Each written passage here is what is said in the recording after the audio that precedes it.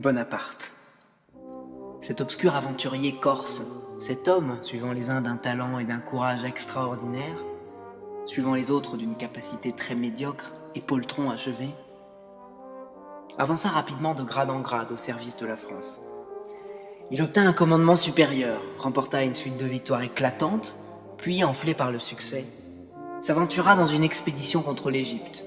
Expédition tramée et conduite avec une habileté consommée au dire des uns, avec le comble de l'extravagance et de la folie, à en croire les autres.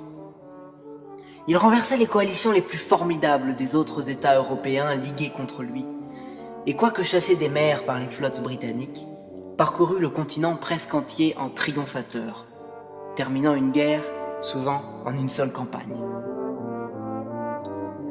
Telle est l'ébauche de cette féconde histoire, dont cependant les détails nous présentent chacun dans leur exposé toutes les nuances imaginables de diversité, tandis que les motifs et la conduite de l'acteur principal, enveloppés d'une plus grande incertitude, sont devenus le sujet d'une controverse plus violente encore. Au milieu de cette controverse, la question préalable concernant l'existence de ce personnage extraordinaire semble ne s'être jamais présentée à l'esprit de personne. N'est-il pas à présumer qu'on l'a admis sans preuve suffisante et sans prendre garde aux imperfections de ces preuves? On peut affirmer que c'est sur le témoignage des journaux que le monde croit en l'existence ainsi qu'aux exploits de Napoléon Bonaparte.